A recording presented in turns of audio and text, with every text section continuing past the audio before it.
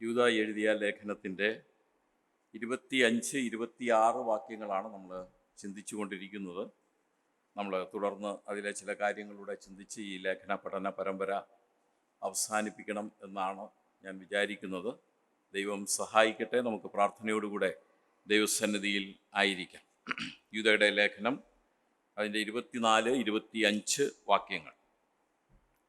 വീഴാതെ വണ്ണം നിങ്ങളെ സൂക്ഷിച്ച് തൻ്റെ മഹിമാസന്നിധിയിൽ കളങ്കമില്ലാത്തവരായി ആനന്ദത്തോടെ നിർത്തുവാൻ ശക്തിയുള്ളവന് നമ്മുടെ കർത്താവായ യേശുക്രിസ്തു മുഖാന്തരം നമ്മുടെ രക്ഷിതാവായ ഏക ദൈവത്തിന് തന്നെ സർവകാലത്തിനു മുമ്പും ഇപ്പോഴും സദാകാലത്തോളവും തേജസ്സും മഹിമയും ബലവും അധികാരവും ഉണ്ടാകുമാറാകട്ടെ. കഴിഞ്ഞ ക്ലാസ്സിൽ ഞാൻ ഓർപ്പിച്ചതാണ്, ഇതൊരു നല്ല ആശീർവാദത്തോടു കൂടിയ ആരാധനയോടു കൂടിയ ഒരു സമാപനം, ഒരു കൺക്ലൂഷൻ ഇതിന് നൽകിയിട്ടുണ്ട്. നമ്മളിതിൽ ഒരു കാര്യം പ്രധാനമായിട്ടും പഠിച്ചതാണ്, വീഴാതെ വണ്ണം നമ്മളെ സൂക്ഷിപ്പാൻ ശക്തൻ. ദൈവത്തിൻ്റെ അതിഭയങ്കരമായ ശക്തി, അളവറ്റ ശക്തിയുടെ വലിപ്പം എന്നൊക്കെ നമുക്ക് വേണമെങ്കിൽ പറയാം. ആ ശക്തിയെക്കുറിച്ചാണ് ഇതിലെ പ്രധാനപ്പെട്ട ചില പ്രതിപാദ്യങ്ങൾ. വീഴാതെ നമ്മളെ സൂക്ഷിക്കുന്ന വലിയവനായ ദൈവം, ആ വീഴാതെ വണ്ണം സൂക്ഷിക്കുന്ന കാര്യം എന്തിലൊക്കെയാണ് നമ്മെ സൂക്ഷിക്കുന്നത്? സ്ഥിരപ്പെടുത്തുവാനായിട്ട് അവൻ ശക്തിയുള്ളവനാണ്, കഴിവുള്ളവനാണ്, നനയ്ക്കാത്ത തരത്തിൽ സൂക്ഷിക്കുന്നവനാണ്. അതുപോലെ പൂർണ്ണമായി രക്ഷിപ്പാൻ പ്രാപ്തനാണ് എന്ന് കണ്ടു. അതുപോലെ പരീക്ഷയിൽ അകപ്പെടുവന്നവരെ സഹായിപ്പാൻ കഴിവുള്ളവനാണ്. നമ്മുടെ ശരീരത്തെ രൂപാന്തരപ്പെടുത്തുവാൻ കഴിയുന്നവനാണ്. നമ്മെ പൂർണ്ണ സമാധാനത്തോടെ കാക്കുവാൻ കഴിയുന്നവനാണ്. മാത്രമല്ല തൻ്റെ പ്രത്യക്ഷതയോളവും നമ്മെ സൂക്ഷിപ്പാനായിട്ട് അവൻ ശക്തനാണ് എന്നുള്ള കാര്യം നമ്മൾ കഴിഞ്ഞ ക്ലാസ്സിൽ ചിന്തിച്ചതാണ്. ഇതൊക്കെ ദൈവത്തിൻ്റെ അളവറ്റ ശക്തിയും വലിപ്പവുമൊക്കെ ആണെങ്കിലും നാം നമ്മെ തന്നെ സൂക്ഷിക്കേണ്ട ആവശ്യമുണ്ടെന്ന് നേരത്തെ തന്നെ യൂദ നമ്മെ പ്രബോധിപ്പിക്കുകയുണ്ടായി. സൂക്ഷിപ്പ് അല്ലെങ്കിൽ രക്ഷ എന്ന് പറയുന്നത് ദൈവത്തിൻ്റെ പക്കൽ നിന്ന് വരുന്ന ഒന്നാണ്. യോനയുടെ പ്രവചനത്തിൽ 2-ാം അധ്യായം 9-ാമത്തെ വാക്യത്തിൽ നാം കാണുന്നുണ്ട്, രക്ഷ യഹോവയുടെ പക്കൽ നിന്ന് വരുന്നു. രക്ഷ നമുക്ക് വരുന്നത് യഹോവയുടെ പക്കൽ നിന്നാണ്. അതുപോലെ തന്നെയാണ് ദൈവത്തിൻ്റെ സൂക്ഷിപ്പും ദൈവത്തിൻ്റെ പക്കൽ നിന്ന് വരണം. സങ്കീർത്തനം 3:2 നാം വായിക്കുന്നുണ്ട്, രക്ഷ യഹോവയ്ക്കുള്ളതാകുന്നു, രക്ഷ യഹോവയ്ക്കുള്ളതാകുന്നു. ലൂക്കോസ് സുവിശേഷം 2-ാമത്തെ അധ്യായത്തിൽ നമ്മൾ അതിൻ്റെ 31-ാമത്തെ വാക്യത്തിൽ ശിമ്യോൻ കർത്താവായ യേശുക്രിസ്തുവിനെ കരങ്ങളിലെടുത്ത് ദൈവത്തെ സ്തുതിക്കുമ്പോൾ, ജാതികൾക്കായി ഒരുക്കിയിരിക്കുന്ന നിന്റെ രക്ഷയെ എൻ്റെ കണ്ണ് കണ്ടുവല്ലോ. ദൈവത്തിൻ്റെ രക്ഷ, അങ്ങയുടെ രക്ഷയെ എൻ്റെ കണ്ണ് കണ്ടുവല്ലോ എന്ന് പറയുന്നു. അതുപോലെ രക്ഷയിലേക്ക് വരുത്തുന്നതും ആക്കുന്നതുമൊക്കെ കർത്താവ് ദൈവമാണ്. സങ്കീർത്തനം 12:5 രക്ഷയ്ക്കായി കാക്ഷിക്കുന്നവനെ ഞാൻ അതിലാക്കും. അപ്പോൾ ഈ രക്ഷയിക പ്രവർത്തനം മുഴുവനായി ദൈവത്തിനാണ്. അതിൽ മനുഷ്യർക്ക് യാതൊരു പങ്കും ഇല്ല എന്ന് തന്നെ പറയാം. ആ നമ്മെ രക്ഷിച്ച ആ ദൈവത്തിൻ്റെ ശക്തി കൊണ്ടാണ് നമ്മെ വീഴാതെയും സൂക്ഷിക്കുന്നത് എന്നുള്ളത് നമ്മൾ എപ്പോഴും മനസ്സിലാക്കിയിരിക്കണം. അതേസമയം തന്നെ നാം ദൈവസ്നേഹത്തിൽ നാം തുടരണം, ദൈവസ്നേഹത്തിൽ നമ്മെ സൂക്ഷിക്കണം. കർത്താവ് ശക്തിയുള്ളവനാണ്, നാം നശിച്ചു പോകരുത് എന്നുള്ളതാണ് ദൈവത്തിൻ്റെ ഇഷ്ടം. കഴിഞ്ഞ ക്ലാസ്സിൽ ഞാൻ പറഞ്ഞതാണ്, ആരും നശിച്ചു പോകരുത് എന്നുള്ളതാണ് ദൈവത്തിൻ്റെ ഇഷ്ടം എന്ന് പറയുന്നത്.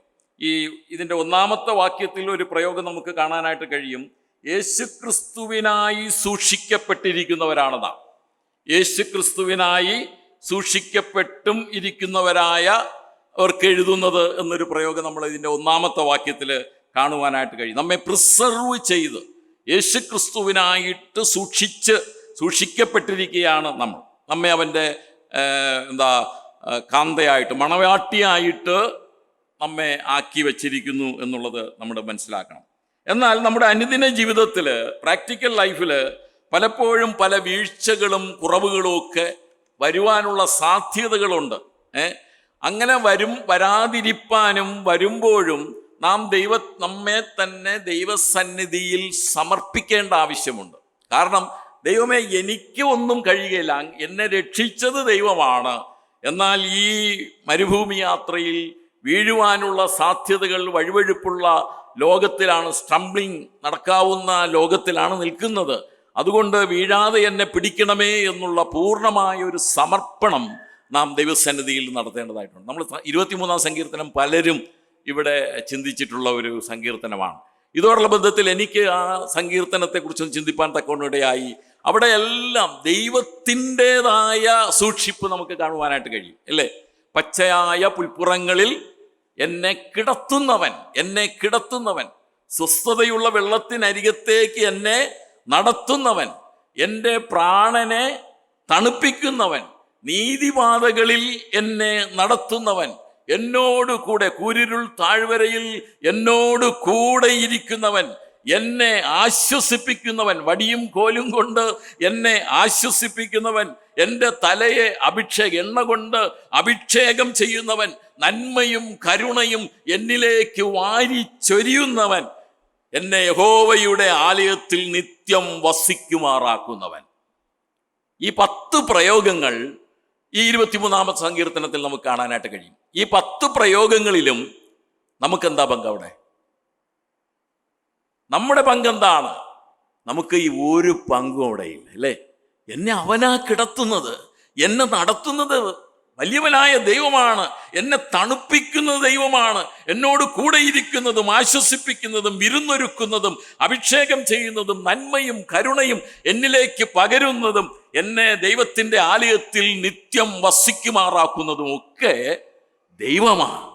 അവനാണ് എൻ്റെ ഇടയൻ, അവൻ എത്ര നല്ലവനാണ്. പ്രിയമുള്ളവരെ, എന്നാൽ ഇതെല്ലാം കർത്താവ് ചെയ്യുന്നുണ്ട് എങ്കിലും നാമും ചില കാര്യങ്ങൾ ശ്രദ്ധിക്കേണ്ടതായിട്ടുണ്ട്. അത് കൂടുതലായിട്ട് ഞാൻ അതിനെക്കുറിച്ച് വിസ്തരിപ്പാനായിട്ട് ആഗ്രഹിക്കുന്നില്ല.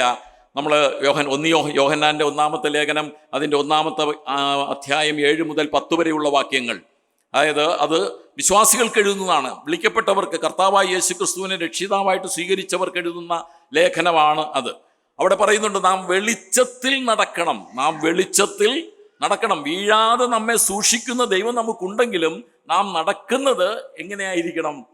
ഇരുട്ടിലല്ല, ഇരുട്ടിൻ്റെ പ്രവർത്തികളിലൂടെയല്ല, വെളിച്ചത്തിൽ നടക്കുന്നവരായിരിക്കണം. മാത്രമല്ല, അവിടെ പറയുന്ന ഒരു പ്രധാനപ്പെട്ട കാര്യമുണ്ട്. നമ്മുടെ പാപങ്ങളൊക്കെ ഏറ്റുപറഞ്ഞ് ഉപേക്ഷിച്ച് അനുദിന ജീവിതത്തിൽ ശുദ്ധീകരണം പ്രാപിച്ചുകൊണ്ടിരിക്കണം. അവിടെ അതാണ് പറയുന്നത്, യേശുവിൻ്റെ രക്തം സകല പാപവും പോക്കി നമ്മെ ശുദ്ധീകരിക്കുന്നു. ഇത് നമ്മൾ പാപികളോടുള്ള ബന്ധത്തിൽ, രക്ഷിക്കപ്പെടാത്തവരുള്ള ബന്ധത്തിൽ പലപ്പോഴും നാം ഉദ്ധരിക്കുന്ന വാക്യമാണെങ്കിലും യഥാർത്ഥത്തിൽ നമ്മെക്കുറിച്ച് അവിടെ പറയുന്നത്, വെളിച്ചത്തിൽ നടക്കണം നിങ്ങൾ. നമ്മുടെ പാപങ്ങൾ നാം ഏറ്റുപറഞ്ഞ് അനുദിന ജീവിതത്തിൽ നാം ശുദ്ധീകരണം പ്രാപിച്ചുകൊണ്ടിരിക്കണം. മാത്രമല്ല, അങ്ങനെയൊക്കെ നടക്കുമ്പോഴും നമ്മിൽ വരുന്ന വീഴ്ചകൾ, താഴ്ചകൾക്ക്, അനുസരണക്കേടുകൾക്ക് ദൈവം എന്ത് ചെയ്യും? ബാലശിക്ഷ നൽകും. എബ്രായർക്ക് എഴുതിയ ലേഖനം 12-ാമത്തെ അധ്യായത്തിൽ 5 മുതൽ 11 വരെയുള്ള വാക്യങ്ങൾ കർത്താവ് നൽകുന്ന ബാലശിക്ഷയെക്കുറിച്ച് പറയുന്നതാണ്. അപ്പോൾ അങ്ങനെയൊക്കെ ഈ ലോകത്തിൽ ദൈവത്തിൻ്റെ ഇടപെടലുകളുണ്ട്. ദൈവം നാം ശ്രദ്ധിക്കേണ്ടതായ കാര്യങ്ങളുണ്ട്. ഈ അനുസരണക്കേടിൽ ബാലശിക്ഷകൾ തന്ന് നമ്മെ ഗുണീകരിക്കുകയും, അങ്ങനെ മാത്രമല്ല, അവിടെ പറയുന്നൊരു പ്രയോഗമുണ്ട്, അവൻ എന്നെ നീതിയിലെ ബാലശിക്ഷയാൽ അഭ്യസനം വരുമ്പോൾ നമുക്ക് നീതി എന്ന സമാധാനം ലഭിക്കുമെന്നൊരു പ്രയോഗം അവിടെ ഉണ്ട്. മനസ്സിലായോ? നീതി എന്ന സമാധാനം ലഭിക്കും. ബാലശിക്ഷകളിലൂടെ കടന്നു പോകുമ്പോൾ പ്രയാസമാണെങ്കിലും നമുക്കതിലൂടെ ലഭിക്കുന്നത് നീതി എന്ന സമാധാനമാണ്. യോഹന്നാൻ എഴുതിയ സുവിശേഷം 17-ാമത്തെ അധ്യായം കർത്താവിൻ്റെ പ്രാർത്ഥനയാണ്. ആ കർത്താവിൻ്റെ പ്രാർത്ഥനയിൽ തൻ്റെ ആഗ്രഹം ഇതാണ്, ഞാൻ ഇരിക്കുന്ന ഇടത്ത് അവരും എന്നോടുകൂടെ ഇരിക്കണം. ഞാൻ ഇരിക്കുന്ന ഇടത്ത് അവരും എന്നോടുകൂടെ ഇരിക്കണം. എഫേസ്യർക്ക് ലേഖനം 1:6 നാം അതിനുവേണ്ടി അവൻ്റെ പുകഴ്ചയായി, അവൻ്റെ കൃപാമഹത്വത്തിൻ്റെ പുകഴ്ചയായി തീരണം.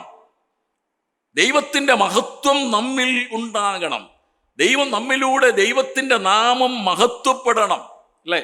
അതാണ് തൻ്റെ കൃപാമഹത്വത്തിൻ്റെ പുകഴ്ചയായി തീരണം. അതിനായിട്ട് നമ്മെ നിയമിച്ചിരിക്കുന്നു എന്നാണ് അവിടെ എഴുതി വെച്ചിരിക്കുന്നത്. ഇതൊക്കെ എടുത്ത് വായിക്കേണ്ട വാക്യങ്ങളാണെങ്കിലും സമയത്തിൻ്റെ പരിധി കൊണ്ട് ഞാൻ അതൊക്കെ പെട്ടെന്ന് പറഞ്ഞു പോവുകയാണ്. അതുപോലെ എഫേസ്യർക്ക് ലേഖനം തന്നെ 1-ാം അധ്യായം അതിൻ്റെ 12, 13, 14 വാക്യങ്ങളിൽ അവൻ്റെ മഹത്വം മഹത്വത്തിൻ്റെ പുകഴ്ചയായിത്തീരണം. നാം ഓരോരുത്തരും ദൈവത്തിൻ്റെ മഹത്വത്തിൻ്റെ പുകഴ്ചയായി തീരേണ്ടത് ആവശ്യമാണ്. അപ്പോൾ ദൈവം നമ്മെ വീഴാതെ വണ്ണം സൂക്ഷിക്കുന്നവനാണെങ്കിലും, അവൻ നമ്മെ ആ 23-ാം സങ്കീർത്തനത്തിൽ പറയുന്നത് പോലെയൊക്കെ പാലിക്കുന്നവനാണെങ്കിലും, നമ്മുടെ ഭാഗത്ത് നമ്മെ തന്നെ സൂക്ഷിക്കണം. ദൈവസ്നേഹത്തിൽ നമ്മെ തന്നെ സൂക്ഷിക്കണം. നാം വെളിച്ചത്തിൽ നടക്കണം. അനുദിന ജീവിതത്തിൽ നമ്മുടെ ജീവിത വിശുദ്ധി നാം പാലിക്കണം. അങ്ങനെയുള്ള കാര്യങ്ങൾ, ദൈവത്തിൻ്റെ നാമം നമ്മിലൂടെ പുകഴ്ത്തപ്പെടണം. അത് നമ്മൾ പ്രത്യേകമായിട്ട് ശ്രദ്ധിക്കേണ്ട ഒരു കാര്യമാണ്. അപ്പോൾ വീഴാതെ വണ്ണം സൂക്ഷിപ്പാൻ ശക്തൻ. രണ്ടാമതോടെ കാണുന്ന ഭാഗമാണ് കളങ്കമില്ലാത്തവരാക്കി നിർത്തുവാൻ ശക്തൻ. കളങ്കമില്ലാത്തവരായി. ദൈവത്തിൻ്റെ മഹിമാസന്നിധിയിൽ അശുദ്ധിക്കും കളങ്കത്തിനും ഒരു സ്ഥാനവുമില്ല. അവൻ നമ്മെ തൻ്റെ മഹിമാസന്നിധിയിൽ നിർത്തും എന്നാണ് അവിടെ വായിക്കുന്നത്, അല്ലേ? മഹിമാസന്നിധിയിൽ. അപ്പോൾ ആ ദൈവത്തിൻ്റെ സന്നിധിയിൽ അശുദ്ധിക്കും കളങ്കത്തിനും യാതൊരു സ്ഥാനവുമില്ല. അതുകൊണ്ട് ദൈവത്തിൻ്റെ മഹിമാസന്നിധിയിൽ ഒരു വ്യക്തി നിൽക്കണമെങ്കിൽ ഒന്നാമത് കർത്താവിൻ്റെ പാപപരിഹാര യാഗത്തിലൂടെ വിശുദ്ധി പ്രാപിക്കണം. യേശുവിൻ്റെ രക്തത്താൽ കഴുകപ്പെട്ട് വിശുദ്ധരായിത്തീരണം. മാത്രമല്ല, നാം ഈ പറഞ്ഞ പോലെ കളങ്കമില്ലാത്തവനായവൻ നിർത്തുമെങ്കിലും നമ്മുടെ അനുദിന ജീവിതത്തിലൂടെയും വിശുദ്ധി പ്രാപിച്ചുകൊണ്ടിരിക്കണം എന്നുള്ളത് നമ്മൾ പ്രത്യേകമായിട്ട് മനസ്സിലാക്കണം. നാം കളങ്കമില്ലാത്തവരായി ദൈവസന്നിധിയിൽ നിൽക്കാൻ കഴിയുന്നത് കർത്താവായ യേശു ക്രിസ്തു മുഖാന്തരമാണ്. ആ നമ്മുടെ ജീവിതത്തിൽ വരുന്ന കറകളും കളങ്കങ്ങളുമൊക്കെ നീക്കുന്നത് ആരാണ്? കർത്താവായ യേശു ക്രിസ്തുവാണ്. അതുകൊണ്ടാണ് കളങ്കമില്ലാത്തവരായി നിർത്തുവാൻ ശക്തിയുള്ളവൻ എന്ന് നമുക്ക് കാണുവാനായിട്ട് കഴിയുന്നത്. യേശു ക്രിസ്തു മുഖാന്തരം അവൻ്റെ ശക്തിയാൽ, കൃപയാലാണ് നമ്മെ കളങ്കമില്ലാത്തവരാക്കി തീർക്കുന്നത്. നമ്മൾ നിൽക്കുന്നതല്ല, അവൻ നമ്മെ നിർത്തുന്നതാണ് എന്ന് ഞാൻ നേരത്തെ പറഞ്ഞിട്ടുണ്ട്. കൊലോസ്യർക്ക് എഴുതിയ ലേഖനം 1-ാം അധ്യായം 21-22 വാക്യങ്ങളിൽ, കൊലോസ്യർക്ക് എഴുതിയ ലേഖനം 1-ാമത്തെ അധ്യായം അതിൻ്റെ 21-22 വാക്യങ്ങളിൽ ഇപ്രകാരം കാണുന്നുണ്ട്. എങ്ങനെയാണ് നമ്മെ നിരപ്പാക്കുന്നത്? മുമ്പേ ദുഷ്പ്രവർത്തികളാൽ മനസ്സുകൊണ്ടകന്നുവരും ശത്രുക്കളുമായിരുന്ന നിങ്ങളെ അവൻ്റെ മുമ്പിൽ വിശുദ്ധരും നിഷ്കളങ്കരും കുറ്റമില്ലാത്തവരുമായി നിർത്തേണ്ടതിന് അവൻ ഇപ്പോൾ തൻ്റെ ജഡശരീരത്തിൽ തൻ്റെ മരണത്താൽ നിരപ്പിച്ചു. അപ്പം നമ്മെ ഇല്ലാത്തവരായി നിഷ്കളങ്കരായിട്ട് ദൈവസന്നിധിയിൽ നിർത്തുമാറാക്കുന്നത് കർത്താവാണ് എന്ന് പറയുമ്പോൾ അത് എങ്ങനെയാണ്? തൻ്റെ ജഡശരീരത്തിൽ തൻ്റെ മരണത്താലാണ് ആ നിരപ്പ് നമുക്ക് കൈവരുന്നത്. അവിടെയും നമുക്ക് അധികം സ്ഥാനമൊന്നും ഇല്ല. നമ്മളെ നിഷ്കളങ്കരാക്കി തീർക്കും. നമ്മെ യേശുക്രിസ്തുവിലൂടെ നോക്കിയാൽ മാത്രമേ നമ്മെ കുറ്റമില്ലാത്തവരായിട്ട് കാണുവാനായിട്ട് കഴിയുകയുള്ളൂ. നമ്മെ കുറ്റമില്ലാത്തവരാക്കി തീർക്കുന്നതും യേശുക്രിസ്തുവിന് മാത്രമേ കഴിയുകയുള്ളൂ. നമ്മെ യേശുക്രിസ്തുവിലൂടെ, അവൻ്റെ ആ കൈ പഴുതുകളിലൂടെ, അവൻ്റെ ആണിപ്പഴുതുകളിലൂടെ, അവൻ്റെ വിലാപ്പുറത്തൂടെയൊക്കെ നമ്മെ നോക്കുമ്പോൾ മാത്രമേ നമുക്ക് ദൈവത്തിൻ്റെ വിശുദ്ധിയിൽ നമ്മെ കാണുവാനായിട്ട് കഴിയുകയുള്ളൂ എന്നുള്ളത് നമ്മൾ പ്രത്യേകമായിട്ട് മനസ്സിലാക്കണം. യേശുക്രിസ്തുവിലൂടെ മാത്രമാണ് നമുക്ക് ദൈവസന്നിധിയിലുള്ള പ്രവേശനമുള്ളത്.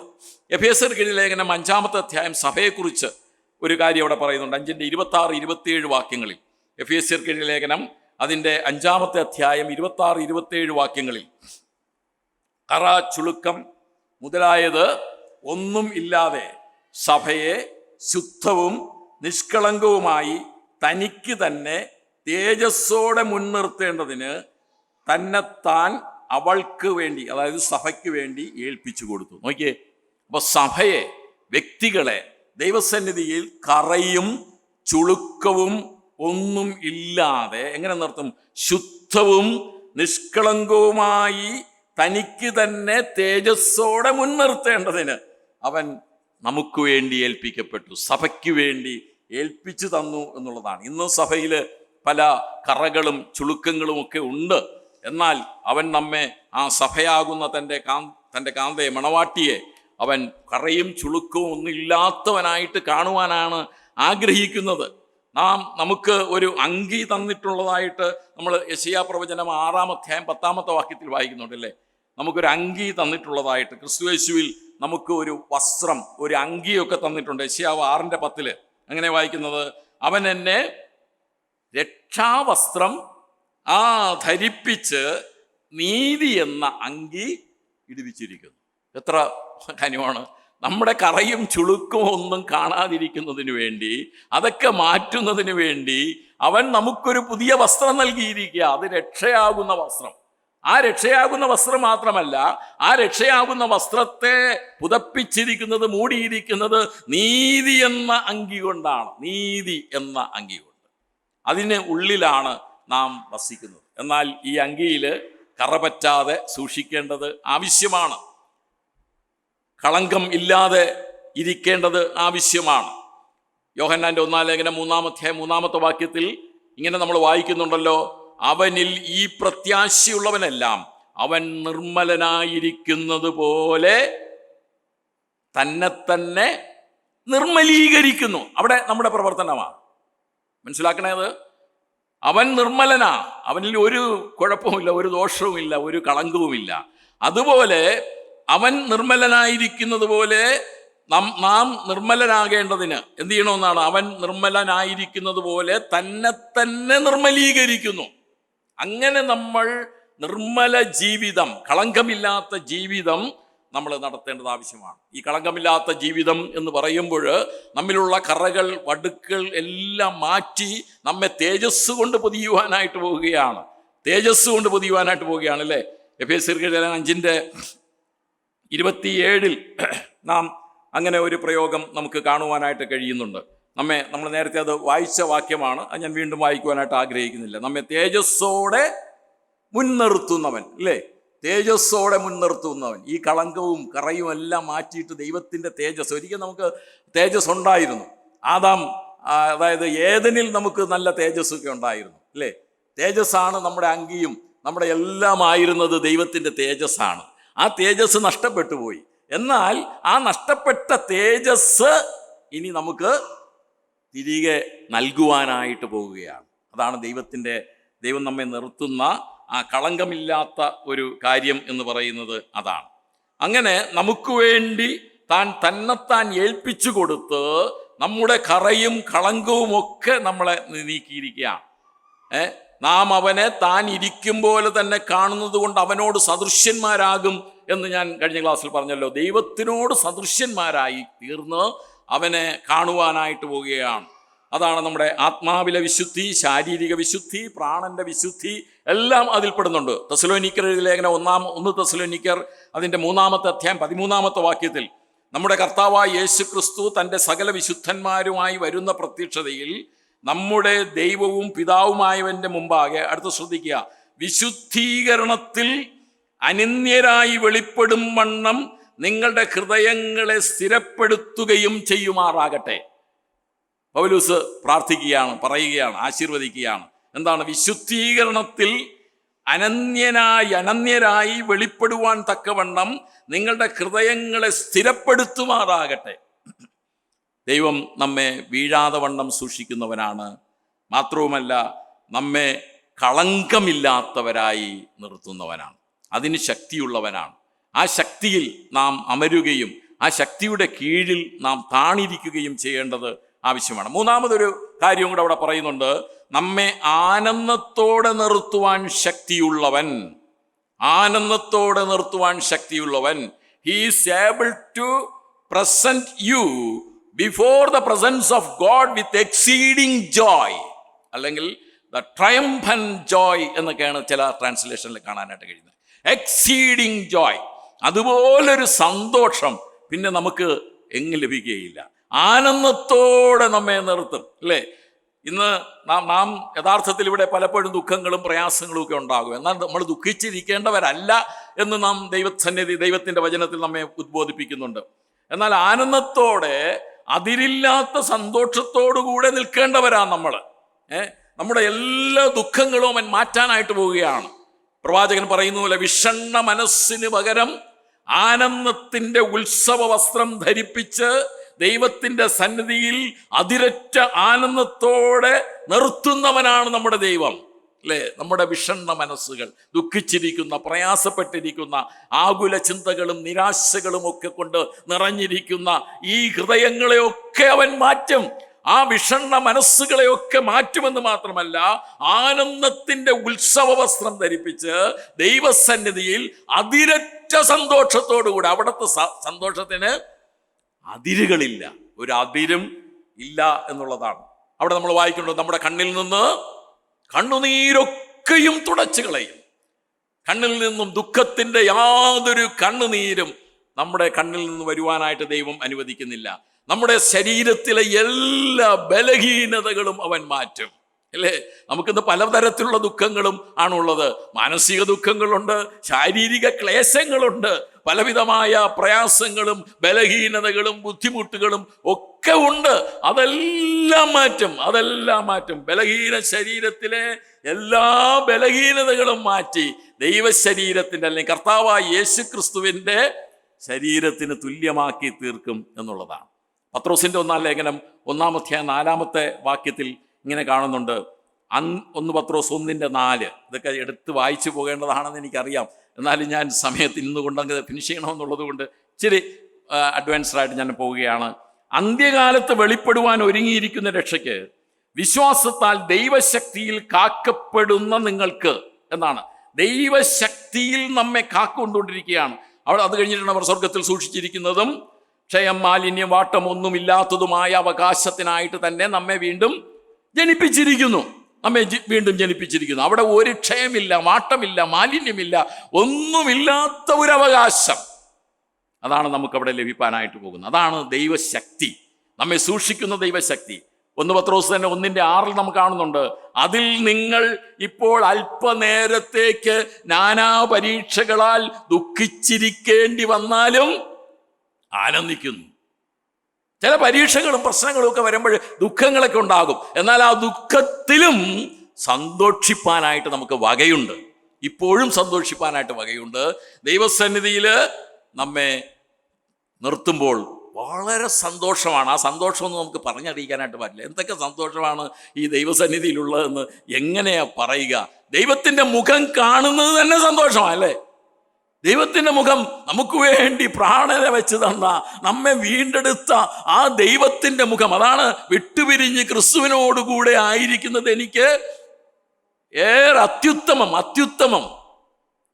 ക്രിസ്തുവിനോടുകൂടെ ആയിരിക്കുക, അവൻ്റെ മുഖം കാണുക, അത് തന്നെ നമുക്ക് സന്തോഷമാണ്. അത് തന്നെ വളരെ സന്തോഷം നൽകുന്നതാണ്. മാത്രമല്ല, ആ ദൈവത്തിൻ്റെ മഹത്വം നമ്മൾ കാണുമ്പോൾ ആനന്ദപൂരിതരാകുകയാണ്. അതൊന്നും ഇപ്പോഴും നമുക്ക് മനസ്സിലാക്കാനായിട്ട് ശരിക്കും കഴിയുന്നില്ല. എന്നാൽ ആ ദൈവസന്നിധിയിൽ നമ്മൾ ചെല്ലുമ്പോൾ ദൈവത്തിൻ്റെ മഹത്വം എന്താണെന്ന് ശരിയായിട്ട് മനസ്സിലാക്കുമ്പോൾ നാം സന്തോഷം കൊണ്ട് നമ്മുടെ ഹൃദയങ്ങൾ നിറഞ്ഞ് കവിഞ്ഞ് ദൈവത്തിന് സ്തുതി, സ്തോത്രം, ഹല്ലേലൂയ പറയുവാൻ തക്കവണ്ണം ഇടയാകും എന്നുള്ളതാണ്. മാത്രമല്ല, നമ്മുടെ ഈ ശരീരത്തിൻ്റെ വീണ്ടെടുപ്പിനെ കുറിച്ച് അവിടെ നമുക്ക് ലഭിക്കുന്ന ആ വല്ലാത്ത തേജസ്സേറിയ ശരീരം നമുക്ക് കിട്ടുമ്പോൾ അതെന്തൊരു സന്തോഷമാണ്! അത് തന്നെ വലിയൊരു സന്തോഷമാണ്. മാത്രവുമല്ല, നമ്മെ വിട്ടുപിരിഞ്ഞു പോയ നമ്മുടെ ഏറ്റവും പ്രിയപ്പെട്ടവർ, സഹചാരികളായിരുന്നവർ അവിടെ ഉണ്ടല്ലോ, അവരെ കാണുമ്പോൾ എന്തൊരു സന്തോഷമാണ്! ഇങ്ങനെ ആ സ്വർഗത്തിലെ സന്തോഷത്തെക്കുറിച്ച് പറഞ്ഞാലേ തീരാനായിട്ട് വലിയ ഇങ്ങനെ പല സന്തോഷങ്ങളാണ്. ആ കർത്താവിനോടൊപ്പം ഇങ്ങനെ ആയിരിക്കുന്നത് തന്നെ സന്തോഷമാണ്. അതാണ് എന്താ പറയുന്നത്, ആനന്ദത്തോടെ നിർത്തുവാൻ കഴിയുന്നവന്. അവിടെ നമുക്ക് ലഭിക്കുന്ന ആനന്ദത്തിന് ഒരാതിരുമില്ല. നമ്മളിങ്ങനെ ഒരു പാട്ട് സാധാരണ പാടാറുണ്ട്, കർത്താവ് താൻ ഗംഭീരനാദത്തോടും, അല്ലേ? കർത്താവ് താൻ ഗംഭീരനാദത്തോടും പ്രധാന ദൂതന്റെ ശബ്ദത്തോടും സ്വർഗത്തിൽ നിന്ന് ഇറങ്ങി വരുമ്പോൾ എത്രയോ സന്തോഷം! ആ വരുന്ന വരവ് നമുക്ക് എത്രയോ സന്തോഷമാണ് നമുക്ക് ലഭിക്കുന്നത്. മണ്ണിൽ ഉറങ്ങിടുന്ന ശുദ്ധിമാന്മാർ കാഹളനാദം കേൾക്കുന്ന മാത്രയിൽ പെട്ടെന്നുയർന്ന് വാനിൽ ചേർന്നിടുമ്പോൾ അത് തീരാത്ത സന്തോഷമാണ്, അനന്തമായ സന്തോഷം, ഒരിക്കലും തീരാത്ത നിത്യ സന്തോഷം, നിത്യാനന്ദം അവരുടെ തലമേൽ ഇരിക്കും എന്ന് നമ്മൾ വായിക്കുന്നുണ്ട്. പ്രിയമുള്ളവരെ, ദൈവം നമ്മെ സൂക്ഷിക്കുന്ന, ദൈവം നമ്മെ ആക്കി തീർക്കുന്ന ദൈവത്തിൻ്റെ ആ വലിയ സൂക്ഷിപ്പും കാവലും ഒക്കെ ഓർത്താൽ നമുക്ക് ദൈവത്തെ എങ്ങനെ സ്തുതിക്കാതിരിക്കാനായിട്ട് കഴിയും? നാം ദൈവത്തെ എങ്ങനെ ആരാധിപ്പിക്കാതിരിക്കാനായിട്ട് നമുക്ക് ഈ ഭൂമിയിൽ സാധിക്കും? ദൈവമേ, അങ്ങ് എനിക്കായിട്ട് ഒരുക്കിയിരിക്കുന്നത് ഒരു കണ്ണും കണ്ടിട്ടില്ല, ഒരു ചെവിയും കേട്ടിട്ടില്ല, ഒരു മനുഷ്യന്റെയും ഹൃദയത്തിൽ തോന്നിയിട്ടുമില്ല. ഈ കാര്യങ്ങളൊക്കെ നാം വചനത്തിലൂടെ ഇങ്ങനെ പറയുന്നുണ്ടെങ്കിലും ഇതൊന്നുമല്ല അവിടെ ലഭിക്കുന്ന, അവിടെ അനുഭവിക്കുന്ന സന്തോഷം എന്ന് പറയുന്നത് എത്രയോ വലുതാണ്. എത്രയോ സന്തോഷം, എത്രയോ സന്തോഷം. ആ പാട്ട് ആരാണ് എഴുതിയെന്ന് എനിക്ക് ഓർമ്മ വരുന്നില്ല. ആരാ? നാഗൽ സാഹിബാണോ? ആരാണെന്നറിയില്ല. എന്തായാലും എത്രയോ സന്തോഷം. അതിന് അവിടെ രണ്ടാമത്തെ അടിയിൽ പറയുന്നത് തീരാത്ത സന്തോഷം, അല്ലേ? തീരാത്ത സന്തോഷം, എത്രയോ സന്തോഷം. ആ സന്തോഷത്തെക്കുറിച്ച് പറഞ്ഞിട്ടും നമ്മുടെ ആ പാട്ടുകാരന്, രചയിതാവിന് മതി വരുന്നില്ല. പ്രിയമുള്ളവരെ, നമുക്ക് ലഭിക്കുന്ന സന്തോഷം എത്രയോ വലുതാണ്. നമ്മൾ പ്രധാനമായിട്ടും ആ 24-ാമത്തെ വാക്യത്തിൽ നമ്മൾ കണ്ടത്, വീഴാതെ നമ്മെ സൂക്ഷിക്കുന്നവൻ അതിന് ശക്തനാണ്, കളങ്കമില്ലാതെ നിർത്തുവാൻ ശക്തനാണ്. നമ്മെ കളങ്കമില്ലാതെ നിർത്തുവാൻ. ഇന്ന് ഈ കളങ്ക ഭൂമിയിൽ കളങ്കത്തോടുകൂടെ ഒക്കെ ജീവിക്കുമ്പോൾ ദൈവം നമ്മെ കളങ്കമില്ലാത്തവരായി നിർത്തുമെന്നുള്ളത് എത്രയോ ആനന്ദകരമാണ്. മാത്രമല്ല, ആനന്ദത്തോടെ നിർത്തും. ഇവിടെയുള്ള എല്ലാ ദുഃഖങ്ങളും, നെടുവീർപ്പും, കഷ്ടതയും, ദാരിദ്ര്യവും, പട്ടിണിയും ഒക്കെ മാറി എത്രയോ സന്തോഷമാണ്, ആനന്ദമാണ് നമുക്കായിട്ട് അവിടെ നിർത്തിയിരിക്കുന്നത്. തെസ്സലോനിക്കരുടെ ലേഖനം 5-ാം അധ്യായം അതിൻ്റെ 23-24 വാക്യങ്ങളിൽ ഇത് ഒരു ആശീർവാദമാണ്. എന്നാൽ അവിടെ ഇംഗ്ലീഷിൽ വായിക്കുമ്പോൾ ഐ പ്രേ ടു ഗോഡ് എന്നാണ് കാണുന്നത്. ഐ പ്രേ ടു ഗോഡ്, ഞാൻ ദൈവത്തോട് പ്രാർത്ഥിക്കുന്നു എന്നാണ്. എന്താ അവിടെ പൗലോസിന്റെ പ്രാർത്ഥന ആശീർവാദമാണ്. സമാധാനത്തിൻ്റെ ദൈവം നിങ്ങളെ മുഴുവൻ ശുദ്ധീകരിക്കുമാറാകട്ടെ, നിങ്ങളെ മുഴുവൻ ശുദ്ധീകരിക്കുമാറാകട്ടെ. എന്നിട്ട് അവിടെ അത് കൊണ്ട് നിർത്തുന്നില്ല. നിങ്ങളുടെ ആത്മാവും പ്രാണനും ദേഹവും അശേഷം നമ്മുടെ കർത്താവായ യേശുക്രിസ്തുവിന്റെ പ്രത്യക്ഷതയിൽ അനിന്യമായി വെളിപ്പെടും വണ്ണം കാക്കപ്പെടുമാറാകട്ടെ. നിങ്ങളെ വിളിച്ചവൻ വിശ്വസ്തൻ എന്ന് പറഞ്ഞാണ് അവിടെ നിർത്തുന്നത്. ദൈവ വിശ്വസ്തനാ, അവൻ വാക്ക് മാറാത്തവനാണ്. അവൻ എന്തെങ്കിലും പറഞ്ഞിട്ടുണ്ടെങ്കിൽ അത് ഉവ് ഉവ് എന്നാണ്. എത്രയോ നല്ലതാണ്. നമ്മെ സമാധാനത്തിൻ്റെ ദൈവം നിങ്ങളെ മുഴുവൻ ശുദ്ധീകരിക്കുമാറാകട്ടെ. എന്തിന് പറയണം? നിങ്ങളുടെ ആത്മാവ്, പ്രാണൻ, ദേഹം, ഈ 3 ഘടകങ്ങളെക്കുറിച്ച് ജെയിംസ് സാറ് വളരെ വിസ്തരിച്ച ക്ലാസ് എടുത്തതാണ്. അത് വീണ്ടും വീണ്ടും കേൾക്കുന്നത് എത്രയോ നല്ലതാണ്. യൂട്യൂബിൽ അവിടെ ഉണ്ട്. അത് അവിടെ പറയുമ്പോൾ അശേഷം നമ്മുടെ കർത്താവായ യേശു ക്രിസ്തുവിന്റെ പ്രത്യക്ഷതയിൽ അനിന്യമായി വെളിപ്പെടും വണ്ണം, പ്രിസർവ്ഡ്, ബ്ലെയിംലെസ് ആയിട്ട്, ഒരു കുറ്റവുമില്ലാത്തവരായി നമ്മളെ കാക്കപ്പെടുന്നവനാണ്. വിളിച്ച ദൈവം വിശ്വസ്തനാണ്. 1 കൊരിന്ത്യർ 1:8 നമുക്ക് കാണാനായിട്ട് കഴിയുന്നത്, നമ്മുടെ കർത്താവായ യേശു ക്രിസ്തുവിന്റെ നാളിൽ കുറ്റമില്ലാത്തവരായിരിക്കേണ്ടതിന് അവൻ നിങ്ങളെ അവസാനത്തോളം ഉറപ്പിക്കും. 1 കൊരിന്ത്യർ 1:9 തൻ്റെ പുത്രനും നമ്മുടെ കർത്താവായ യേശു ക്രിസ്തുവിന്റെ കൂട്ടായ്മയിലേക്ക് നിങ്ങൾ വിളിച്ചിരിക്കുന്ന ദൈവം വിശ്വസ്തനാണ്. പൗലോസ് അവിടെ പറഞ്ഞതുപോലെ തന്നെ ഇവിടെയും പറയുകയാണ്, വിശ്വസ്തനാണ്. ഇതെല്ലാം നമ്മെ നൽകി നിർത്തുന്നവനാണ് നമ്മുടെ കർത്താവായ യേശു ക്രിസ്തു. അവിടെ നിർത്തുന്നത് എവിടെയാ നിർത്തുന്നത്? തൻ്റെ മഹിമാ സന്നിധിയിൽ. തൻ്റെ മഹിമാ സന്നിധി ആർക്കും അടുത്ത് ചെല്ലുവാനായിട്ട് കഴിയാത്ത ആ മഹിമാ സന്നിധിയിലാണ് നമ്മെ നിർത്താൻ. Before the presence of his glory. മറ്റൊരു പരിഭാഷയെ കാണുന്നത് to make you stand in the presence of his glory. നമ്മളെ അവിടെ നിർത്തത്തക്കവണ്ണമാക്കി തീർക്കുകയാ. ദൈവത്തിൻ്റെ കരുതൽ എത്ര വലുതാണ് പ്രിയമുള്ളവരെ. അതിനെ ഓർത്ത് നമുക്ക് ഈ ഭൂമിയിൽ എത്രത്തോളം അവന് വേണ്ടി ജീവിക്കേണ്ടതാ, എത്രത്തോളം പ്രസാദകരമായിട്ട് നമ്മുടെ ജീവിതം നയിക്കേണ്ടതാണ്, നാം എത്രത്തോളം അവനെ ആരാധിക്കേണ്ടതാണ്.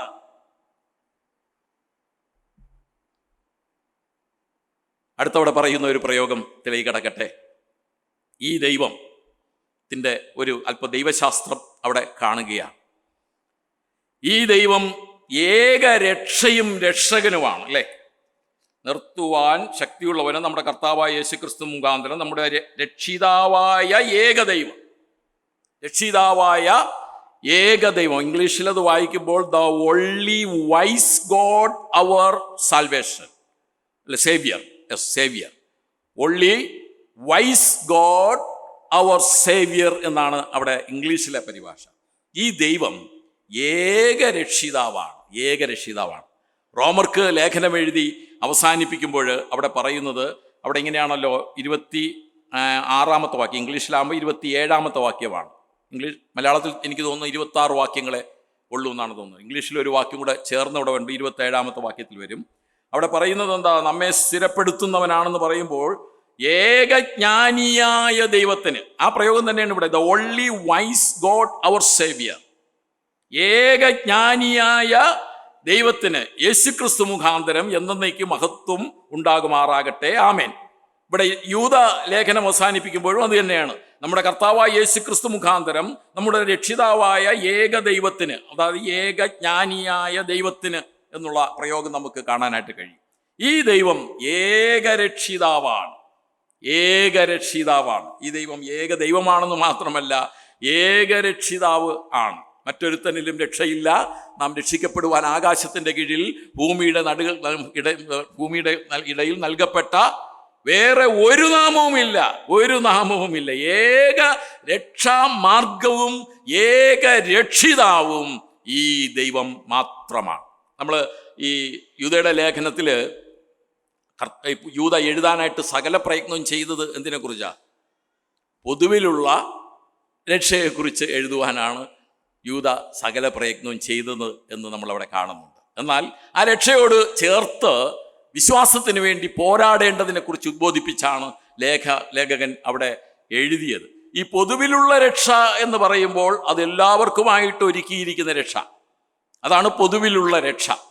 എന്നാൽ ഈ പൊതുവിൽ ആ രക്ഷ അവിടെ ഇരുന്നതുകൊണ്ട് യാതൊരു കാര്യവുമില്ല. ആ പൊതുവിലുള്ള രക്ഷ എന്താകണം? എൻ്റെ രക്ഷയായിട്ട് മാറണം. ഏകരക്ഷ. പൊതുവിൽ ഇന്ന് പലരും യേശുക്രിസ്തു രക്ഷിക്കുന്നവനാ, സാത്താനും അങ്ങനെ പറയുന്നുണ്ടല്ലേ, പലരും അങ്ങനെ പറയുന്നുണ്ട്. പക്ഷെ ആ രക്ഷയെ തിരസ്കരിച്ചാൽ അതുകൊണ്ട് നമുക്ക് ഒരു പ്രയോജനമില്ല. ആ പൊതുവിലുള്ള രക്ഷ നമ്മുടെ രക്ഷയായിട്ട്, എൻ്റെ രക്ഷയായിട്ട് മാറണം. മാത്രമല്ല, ഈ ഏക രക്ഷിതാവെന്ന് പറയുന്ന കർത്താവായ യേശുക്രിസ്തു എൻ്റെ രക്ഷകനായിട്ട് മാറണം. കർത്താവ് ഏകരക്ഷിതാവാണെന്ന് പറഞ്ഞതുകൊണ്ട് എന്തെങ്കിലും പ്രയോജനമുണ്ടോ? ഇല്ല. ആ ഏക രക്ഷിതാവ് എൻ്റെ രക്ഷകനായിട്ട് മാറണം. എന്നെയും കൂടെ ഓർത്തുകൊള്ളണമേ. നീ രാജ്യത്വം പ്രാപിച്ചു വരുമ്പോൾ എന്നെയും കൂടെ ഓർത്തുകൊള്ളണമേ. കർത്താവ് പറയാ, ഇന്ന് നീ എന്നോടുകൂടെ പർദീസയിലായിരിക്കും. പ്രിയമുള്ളവരെ, ഈ പൊതുവിലുള്ള രക്ഷ എൻ്റെ രക്ഷയായിട്ട് മാറണം. മാത്രവുമല്ല, ഈ വലിയവനായ ഏകരക്ഷിതാവ് എൻ്റെ രക്ഷകനായിട്ട് മാറണം. അതാണ് ബൈബിളിൻ്റെ പ്രധാനപ്പെട്ട തത്വം എന്ന് പറയുന്നത്. തിമോഥെയോസിൻ്റെ 1 ലേഖനം 2:3 അവിടെ പറയുന്നുണ്ട്, രാജാക്കന്മാരുടെക്കും ഭരണാധികാരികൾക്കും വേണ്ടി പ്രാർത്ഥിപ്പാനാണ് അവിടെ ഉദ്ബോധിപ്പിക്കുന്നത്. അത് പറയുമ്പോൾ അവിടെ പറയുന്ന അവസാനിപ്പിക്കുന്ന ഒരു പ്രയോഗമുണ്ട്. അങ്ങനെ പ്രാർത്ഥിക്കുന്നത് നമ്മുടെ രക്ഷിതാവായ ദൈവത്തിൻ്റെ സന്നിധിയിൽ നല്ലതും പ്രസാദകരവുമാണ്. അവർക്ക് വേണ്ടി പ്രാർത്ഥിക്കുന്നത് നമ്മുടെ രക്ഷിതാവായ ദൈവത്തിൻ്റെ സന്നിധിയിൽ നല്ലതും പ്രസാദകരവുമാണ്. എന്തുകൊണ്ടാ?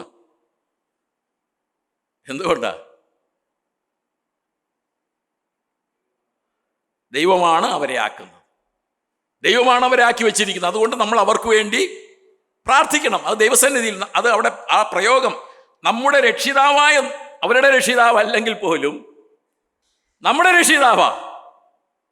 രക്ഷിതാവായ ദൈവത്തിൻ്റെ സന്നിധിയിൽ അത് പ്രസാദകരമാണ്. അവരുടെ രക്ഷിതാവല്ല, അവർ രക്ഷിതാക്കളുമല്ല. ഈ ലോകത്തിലെ ഭരണാധികാരികളെ ആരും രക്ഷിതാക്കളായിട്ടൊന്നും കരുതേണ്ട കാര്യമില്ല. രക്ഷിതാക്കൾ എന്ന് പറഞ്ഞാൽ നമ്മെ രക്ഷിക്കുന്നവരല്ല. അവർക്കും രക്ഷ ആവശ്യമാണ്. അവരും രക്ഷകനിൽ ആശ്രയിക്കേണ്ടവരാ. അതുകൊണ്ട് നമ്മൾ അവരെക്കുറിച്ച് പ്രാർത്ഥിക്കുമ്പോൾ ആ ദൈവസന്നിധിയിൽ നല്ലതാണ്, പ്രസാദകരം ആണ്. അപ്പോൾ ഈ ഏക ദൈവം എന്ന് പറയുന്നത് ഏകരക്ഷകനും ഏകരക്ഷിതാവും ആണ്. മാത്രമല്ല, അവൻ ഏകജ്ഞാനിയായ ദൈവമാണ്. ദൈവത്തിൻ്റെ മഹത്വത്തെക്കുറിച്ച് തിമോഥെയോസിൻ്റെ 1 ലേഖനം 1:17 പറയുമ്പോൾ, നിത്യരാജാവായി അക്ഷയനും അദൃശ്യനുമായ ഏക ദൈവത്തിന് എന്നേക്കും ബഹുമാനവും മഹത്വവും ആമേൻ. ഏക ദൈവം, അവൻ ഏകരക്ഷിതാവാണെന്നുള്ള മാത്രമല്ല, അവൻ മാത്രമേ ദൈവമായിട്ടുള്ളൂ. അവൻ മാത്രമാണ് ദൈവം. നാം ആരാധിക്കുന്ന ദൈവം നിത്യരാജാവായ ഏക ദൈവമാണ്. അവൻ അക്ഷയനായ ഏക ദൈവമാണ്. അവൻ അദൃശ്യനായ ഏക ദൈവമാണ്. ഏക സത്യദൈവമാണ്. അവൻ നമ്മുടെ ഏക രക്ഷിതാവുമാണ്. ആവർത്തന പുസ്തകം 6-ാം അധ്യായം അതിന്റെ 4-ാമത്തെ വാക്യത്തിൽ പറയുന്നുണ്ട്, ഇസ്രായേലേ കേൾക്ക, യഹോവ നമ്മുടെ ദൈവമാകുന്നു എന്ന് പറഞ്ഞിട്ട് യഹോവ ഏകൻ തന്നെ. യഹോവ ഏകൻ തന്നെ, വേറെ ആരുമില്ല. ദൈവം നമ്മുടെ ദൈവമാണ്, യഥാർത്ഥ ദൈവം. അല്ലാതൊരു ദൈവം നമുക്ക് ഇല്ല. ദൈവം ഏകനാണ്, ഏക സത്യ ദൈവം, ഏക സത്യ ദൈവം. യോഹന്നാൻ എഴുതിയ സുവിശേഷം 17-ന്റെ 3-ാമത്തെ വാക്യത്തിൽ കർത്താവ് പ്രാർത്ഥിക്കുമ്പോൾ പറയുന്ന ഒരു പ്രധാനപ്പെട്ട കാര്യമുണ്ടല്ലോ, ഏക സത്യ ദൈവമായ നിന്നെയും നീ അയച്ചിരിക്കുന്ന എന്നെയും, അതായത് യേശു ക്രിസ്തുവിനെയും അറിയുന്നത് തന്നെ നിത്യജീവൻ ആകും. ഏക സത്യ ദൈവമായ നിന്നെയും നീ അയച്ചിരിക്കുന്ന എന്നെയും. അതുപോലെ 14-ാം അധ്യായത്തിൽ കർത്താവ് ശിഷ്യന്മാരെ ആശ്വസിപ്പിക്കുമ്പോൾ പറയുന്ന ഒരു പ്രയോഗമുണ്ട്, നിങ്ങളുടെ ഹൃദയം കലങ്ങിപ്പോകരുത്, ദൈവത്തിൽ വിശ്വസിപ്പിൻ. നിർത്തിയോ? എന്നിൽ വിശ്വസിപ്പിൻ, എന്നിൽ വിശ്വസിപ്പിൻ എന്ന് പറഞ്ഞിട്ടാണ് പരിശുദ്ധാത്മാവിനെ അവർക്ക് നൽകും എന്ന് പറഞ്ഞത്. അപ്പോൾ ഇത് ഏക ദൈവമാണ്. പിതാവ്, പുത്രൻ, പരിശുദ്ധാത്മാവ് നമ്മൾ വിച്ഛേദിച്ച് പറയുമെങ്കിലും ഇത് ഏക സത്യ ദൈവമാണ്. മാത്രമല്ല ഇത് നിത്യനായ ദൈവമാണ്, ഏക ദൈവമാണ്, ഏക രക്ഷകനായ ദൈവമാണ്, ഏക സത്യ ദൈവമാണ്. മാത്രമല്ല ഏക നിത്യനായ ദൈവമാണ്. അതാണ് അവിടെ യൂദയുടെ ലേഖനത്തിൽ വെളിപ്പെടുത്തുന്ന ദൈവം എന്ന് പറയുന്നത്. ഈ ഏകരക്ഷിതാവായ ദൈവം എന്ന് പറയുന്നത് സകല കാലത്തിനു മുമ്പേ ഉണ്ടായിരുന്നവൻ. അത് വായിച്ചതാണ് നമ്മൾ. സകല കാലത്തിനും മുമ്പേ ഉണ്ടായിരുന്നവൻ. അവൻ അസ്തമിച്ചു പോയവനല്ല, അവൻ മരിച്ചു മൺമറഞ്ഞവനല്ല, അവൻ ഇന്നും ജീവിക്കുന്ന ദൈവമാണ്. അവൻ ഇന്നും ജീവിക്കുന്ന ദൈവമാണ്. തീർന്നോ? സദാകാലത്തേക്കും ജീവിക്കുന്നവനാണ്, സദാകാലത്തേക്കും ജീവിക്കുന്നവനാണ്. അല്ലേ? അവിടെ അങ്ങനെ കാണാനായിട്ട് തേജസ്സും മഹിമയും ബലവും അധികാരവും അവന് മാത്രം ആണുള്ളത്. പ്രിയമുള്ളവരെ, ഇതാണ് നമ്മുടെ ദൈവത്തിൻ്റെ ഏകത്വം എന്ന് പറയുന്നത്. അവൻ ഏകരക്ഷിതാവാണ്. അവനിലൂടെ ലഭിക്കുന്നത് ഏകരക്ഷ, വേറൊരു രക്ഷയുമില്ല. മാത്രമല്ല അവൻ മാത്രമാണ് ഏക സത്യദൈവം, അവൻ മാത്രമാണ് ഏക നിത്യനായ ദൈവം, ആദിയും അന്തവുമില്ലാത്ത അൽഫയും ഒമേഗയുമായ വലിയവനായ ദൈവം. ഇത്ര വലിയ ദൈവത്തെ നമുക്ക് കണ്ടെത്തുവാൻ, നമ്മുടെ ദൈവമായി തീരുവാൻ കഴിഞ്ഞത് എത്രയോ ഭാഗ്യമാണ്. ഈ ദൈവം സദാകാലത്തേക്കും ആരാധനയ്ക്ക് യോഗ്യനായ ദൈവമാണ്. അവൻ കഴിഞ്ഞ കാലഘട്ടത്തിലും യോഗ്യനാണ്, ഇന്നും യോഗ്യനായി നിലകൊള്ളുന്നു, വരും കാലത്തിലും നിത്യതയിലും അവൻ മാത്രമാണ് യോഗ്യൻ, അവൻ മാത്രമാണ് യോഗ്യൻ. വെളിപ്പാട് പുസ്തകത്തിൽ കർത്താവിനെ ആരാധിക്കുമ്പോൾ നീ അറുക്കപ്പെട്ടു, നിന്റെ രക്തം കൊണ്ട് സകല ഗോത്രത്തിൽ നിന്നും ഭാഷയിൽ നിന്നും വംശത്തിൽ നിന്നുള്ളവരെ നിനക്കായി വിലയ്ക്ക് വാങ്ങി എന്ന് പറഞ്ഞുകൊണ്ടാണ് അവൻ്റെ മുമ്പിൽ വീണ് ആരാധിക്കുന്നത്. നീ മാത്രം ദൈവം, നീ മാത്രം ദൈവം. പ്രിയമുള്ളവരെ, ഈ ദൈവത്തെ നാം എന്തുമാത്രം സ്നേഹിക്കണം, ഈ ദൈവത്തെ എന്തുമാത്രം നമ്മൾ മഹത്വപ്പെടുത്തണം, ഈ ദൈവത്തിന് വേണ്ടി നാം എന്തുമാത്രം കരുതലുള്ളവരായി ജീവിക്കണമെന്നുള്ളത് നമ്മൾ ഒരിക്കലും മറന്നു പോകാനായിട്ട് പാടില്ല. ഞാൻ പെട്ടെന്ന് അടുത്ത ഭാഗത്തേക്കൂടെ ഒന്ന് കടന്നു പോകട്ടെ. ഈ ദൈവം ഏകരക്ഷിതാവാണ്, ഏക ദൈവമാണ്, എപ്പോഴുമുള്ളവനാണ്. അവൻ്റെ അവസാനത്തെ അതിൻ്റെ ആ ഭാഗം, ഈ ദൈവത്തിന് തേജസ്സും മഹിമയും ബലവും അധികാരവും ഉണ്ടാകുമാറാകട്ടെ. ദൈവത്തിൽ, ഇതും അല്പദൈവശാസ്ത്രമാണ് കേട്ടോ, ദൈവത്തിൽ മാത്രം നിക്ഷിപ്തമായിരിക്കുന്ന 4 സവിശേഷതകളെ കുറിച്ച് ഇവിടെ പറയുക. ഇത് വേറെ ആർക്കും കവർന്നെടുക്കുവാനായിട്ട് കഴിയുന്നതല്ല, നമുക്ക് നൽകും. സഭയെ അതിനുവേണ്ടി നിയോഗിക്കപ്പെട്ടിരിക്കുന്നു, നിയമിച്ചിരിക്കുന്നു എന്നൊക്കെ നമ്മൾ വായിക്കുന്നു. എന്നാൽ എപ്പോഴും ഇത് ദൈവത്തിന് മാത്രം 4 സവിശേഷത. ഇത് യൂദ അങ്ങനെ അതെല്ലാം ഇങ്ങനെ പറഞ്ഞു വന്ന് ദൈവത്തെ അങ്ങ് ആരാധിക്കുകയാണ് അവിടെ, അല്ലേ? ഉണ്ടാകുമാറാകട്ടെ, അങ്ങയ്ക്ക് മാത്രം ഇതൊക്കെ അവകാശപ്പെടുവാൻ കഴിയുന്നതാണെന്ന് പറഞ്ഞ് യൂദ അങ്ങ് ആരാധിച്ച് അവൻ തങ്ങളെ സമർപ്പിച്ചുകൊണ്ട് ഈ ലേഖനം അവസാനിപ്പിക്കുകയാണ്. 4 കാര്യങ്ങൾ എന്തൊക്കെയാണ്? ഒന്ന്, തേജസ്, ഇംഗ്ലീഷിൽ ഗ്ലോറി, അല്ലേ? ഗ്ലോറി. രണ്ടാമത്തത് മഹിമ, മാജസ്റ്റി. മൂന്നാമത്തത് ബലം, ഇംഗ്ലീഷിൽ ഡൊമിനിയൻ അല്ലേ, ഡൊമിനിയൻ. നാലാമത്തത് അധികാരം, പവർ എന്ന് പറയും. ഇതൊക്കെ മനുഷ്യർക്കും ഉണ്ടല്ലോ, ദൈവത്തിന് ഉള്ളതുപോലെ ഒന്നും ഇത് ആർക്കും ഇല്ല. തേജസ്, ഗ്ലോറി. എന്താണ് ദൈവത്തിൻ്റെ തേജസ്, മഹിമ, ദൈവത്തിൻ്റെ ഗ്ലോറി എന്ന് പറഞ്ഞാൽ എന്താണ്? ദൈവം എന്താണോ അതാണ് ദൈവത്തിൻ്റെ തേജസ്. അല്ല നമുക്ക് എന്താ പറയുക? ദൈവം എന്താണോ അതാണ് ദൈവത്തിൻ്റെ മഹിമ, ദൈവത്തിൻ്റെ ഗ്ലോറി. ദൈവം എന്താണോ ചെയ്യുന്നത് അതൊക്കെയാണ് ദൈവത്തിൻ്റെ മഹത്വം, അല്ലേ? അല്ലാതെ എന്താ പറയുക ദൈവത്തിൻ്റെ മഹത്വത്തെക്കുറിച്ച്? അതൊന്നും നമുക്ക് കൂടുതലൊന്നും പറയാൻ കഴിയില്ല. എന്താ റോയ്സോര? ദൈവം എന്താണോ അതാണ് ദൈവത്തിൻ്റെ മഹത്വം എന്ന് പറയുന്നത്. ദൈവം എന്താണോ ചെയ്യുന്നത് അതാണ് ദൈവത്തിൻ്റെ മഹത്വം, തേജസ്, ഗ്ലോറി എന്ന് പറയുന്നത്. ദൈവ തേജസ് അത് മഹത്വമാണ്. ദൈവ തേജസ് മഹത്വമാണ്. മഹത്വത്തിൽ വസിക്കുന്നവൻ, അടുത്തുകൂടാത്ത വെളിച്ചത്തിൽ ആയിരിക്കുന്നവൻ, ഇല്ലേ? മോശയ്ക്ക് പ്രത്യക്ഷനാകാനായിട്ട് മോശ വളരെ ആഗ്രഹിച്ചു. എൻ്റെ തേജസ് എനിക്കൊന്ന്, അങ്ങയുടെ തേജസ് എനിക്കൊന്ന് കാണിച്ചു തരണം. കണ്ടോ? എവിടെ കണ്ടു? കണ്ടില്ല. പാറയുടെ വിറപ്പിൽ നിർത്തിയിട്ട് ഇങ്ങനെ പുറകൂടെയൊക്കെ നടന്നുപോയി. പിന്നെ ആ സിനായി മലയുടെ മുകളിൽ 10 കൽപ്പന വാങ്ങാനായിട്ട് പോകുമ്പോഴും തേജസ് ഒന്നും ശരിക്കും കണ്ടില്ല. എന്നാൽ ആ തേജസ് മോശയുടെ മേൽ വീണപ്പോൾ മോശയുടെ ത്വക്ക് പ്രകാശിച്ചു. എന്നിട്ട് മൂടുപട ഇട്ടു. ജനത്തിന് അവനെ മോശയെ നോക്കുവാനായിട്ട് കഴിഞ്ഞില്ല. മോശ എന്ത് ചെയ്യണം? അവൻ്റെ മുഖം അങ്ങ് മറച്ചു കളയുക. അവിടെയും ദൈവത്തെ ഒന്നും മുഖാമുഖമൊന്നും കണ്ടില്ല. എന്നിട്ടും ആ 40 ദിവസം ആഹാരമില്ലാതെ പട്ടിണിയിലായിരുന്നു കൊണ്ട് ആ കൽപ്പനകൾ, ദൈവവുമായിട്ടുള്ള സഹവാസത്തിൽ അവിടെ ആയിരുന്നിട്ട് ഇറങ്ങി വരുമ്പോൾ മോശയുടെ ത്വക്കൊക്കെ അങ്ങ് പ്രകാശിക്കുകയാ. ഇതാണ് ദൈവത്തിൻ്റെ മഹിമ, ഇല്ലേ? എന്നിട്ട് ഈ മോശ ആവശ്യപ്പെടുന്നു, എനിക്ക് അങ്ങയുടെ മഹിമ, തേജസ് കാണിക്കണം. അപ്പോൾ ഞാൻ നിന്റെ മേൽ എൻ്റെ മഹത്വം ഘോഷിക്കും, എൻ്റെ മഹിമ ഘോഷിക്കും എന്ന് പറയുന്നുണ്ട്. എന്നിട്ട് പുറപ്പാട് പുസ്തകം 33-ാമത്തെ അധ്യായം 19-ാം വാക്യത്തിലാണ്, ഞാൻ എൻ്റെ മഹിമയൊക്കെയും എൻ്റെ ഗ്ലോറിയൊക്കെയും നിന്റെ മുമ്പാകെ കടക്കുമാറാക്കി യഹോവയുടെ നാമത്തെ നിന്റെ മുമ്പാകെ ഘോഷിക്കും. എങ്ങനെയാ ഘോഷിച്ചത്? 34-ാം അധ്യായം, പുറപ്പാട് പുസ്തകം 34-ാം അധ്യായം 6-ാമത്തെ വാക്യം. ദൈവത്തിൻ്റെ മഹിമ അവിടെ ഘോഷിക്കുക. എന്തൊക്കെയാണ്? കരുണ, കൃപ, ദീർഘക്ഷമ, മഹാദയ, വിശ്വസ്തത, ആയിരത്തിന് ദയ പാലിക്കുന്നവൻ. ഇതാണ് ദൈവത്തിൻ്റെ തേജസ്, ദൈവത്തിൻ്റെ മഹിമ. അവിടെ മാത്രമല്ല, അവിടെ ഒരു പ്രയോഗം കൂടെ ഉണ്ട് കേട്ടോ. അകൃത്യവും അതിക്രമവും പാപവും ക്ഷമിക്കുന്നവൻ. അത് ദൈവത്തിൻ്റെ മഹിമയാ, ദൈവത്തിൻ്റെ ഗ്ലോറിയാ. ക്ഷമിക്കുന്നവൻ. അവിടെ വീണ്ടും പറയുന്നുണ്ട്, കുറ്റമുള്ളവനെ വെറുതെ വിടാതെ പിതാക്കന്മാരുടെ അകൃത്യം മക്കളുടെ മേലും മക്കളുടെ മക്കളുടെ മേലും 3-ാമത്തെയും 4-ാമത്തെയും തലമുറയോളം സന്ദർശിക്കുന്നവൻ. അതും ദൈവത്തിൻ്റെ മഹത്വമാണ്, ദൈവത്തിൻ്റെ മഹത്വമാണ്, ദൈവത്തിൻ്റെ പ്രഭയാ, തേജസ്സാണ്. ഈ മഹിമ കണ്ടപ്പോൾ, ഇങ്ങനെ ഇതൊക്കെ പ്രഘോഷിക്കപ്പെട്ടപ്പോൾ മോശ അവിടെ എന്താ ചെയ്തത്?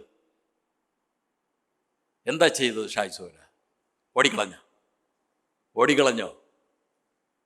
സാഷ്ടാംഗം വീണ് ആരാധിക്കുകയാ.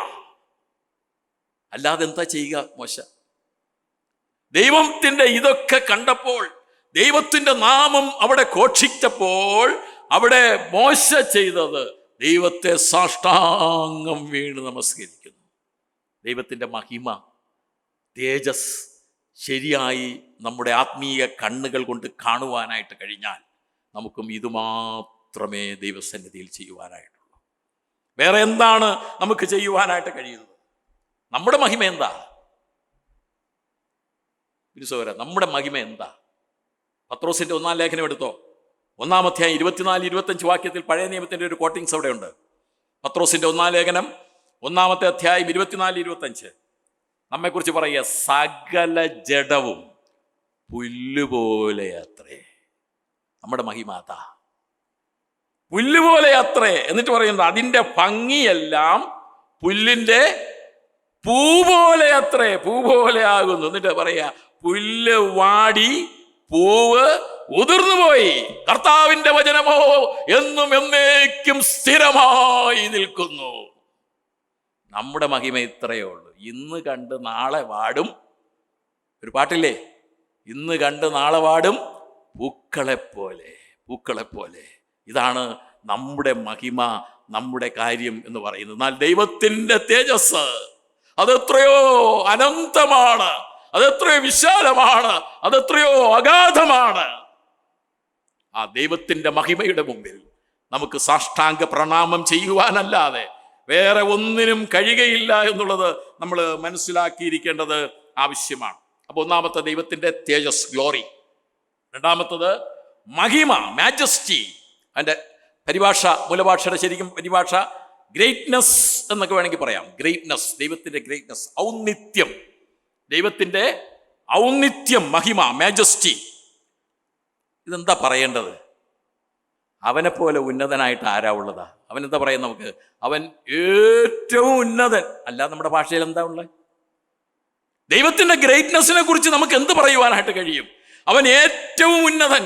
യെശയ്യാ പ്രവാചകൻ പറഞ്ഞാണ് ഉയർന്നും പൊങ്ങിയും ഉള്ള സിംഹാസനത്തിൽ ഇരിക്കുന്നു. ഉയർന്നു ഇരിക്കുകയാണ്.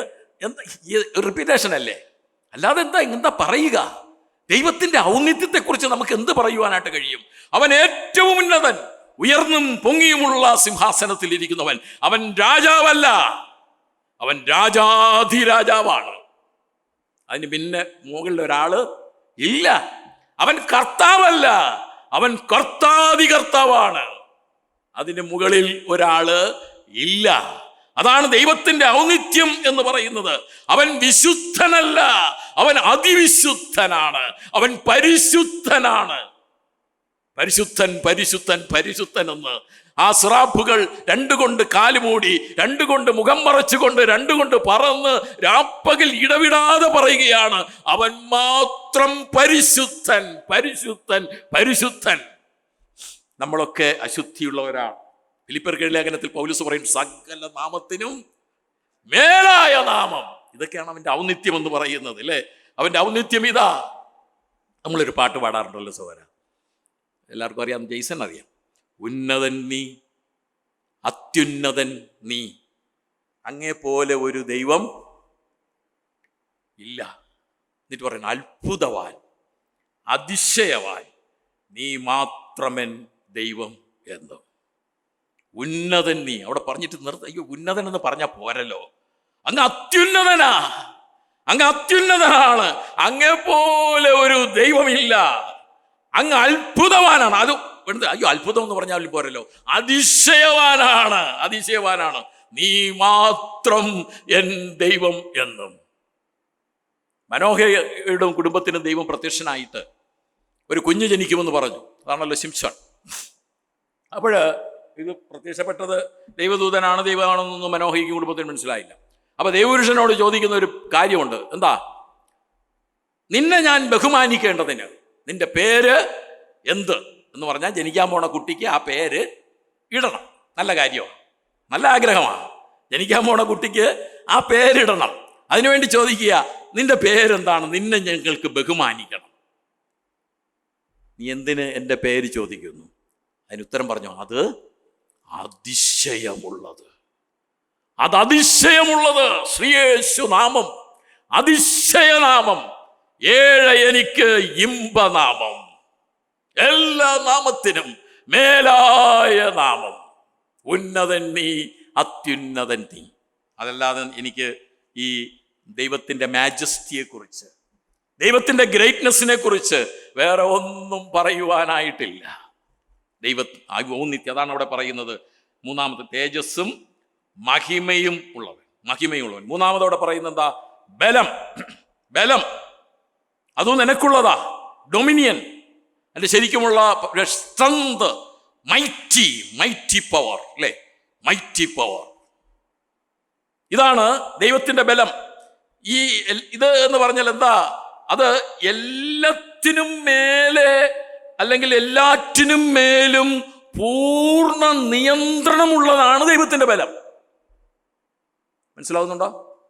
ദൈവത്തിന്റെ ബലം എന്ന് പറയുന്നത് ദൈവത്തിന്റെ ആധിപത്യം, ഡൊമിനിയൻ, ആധിപത്യം എന്ന് വേണമെങ്കിലും പറയാം. ദൈവത്തിന്റെ ആധിപത്യം എന്ന് പറയുന്നത് എല്ലാറ്റിനും മേലെ പൂർണ്ണ നിയന്ത്രണമുള്ളതാണ്.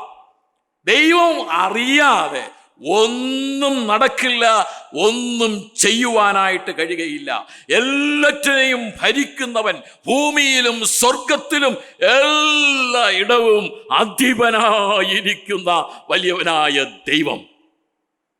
ഇതാണ് ദൈവത്തിൻ്റെ ഡൊമിനിയൻ, ദൈവത്തിൻ്റെ ബലം, ആധിപത്യം, സ്ട്രെങ്ത്, മൈറ്റി.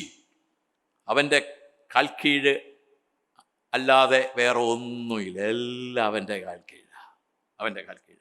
അടുത്ത് അതിനോട് ചേർന്ന് തന്നെ വരുന്ന വാക്കാണല്ലോ പവർ, അധികാരം. അധികാരം, ബലവും ഡൊമിനിയൻ അല്ല, ആധിപത്യവും അധികാരവും തമ്മിൽ വളരെ ബന്ധമുണ്ട്. ആധിപത്യം അതായത് അവൻ്റെ അധികാരം, അവൻ്റെ ബലം ഉപയോഗിക്കുന്നതിനുള്ള അവകാശമാണ് അധികാരം എന്ന് പറയുന്നത്.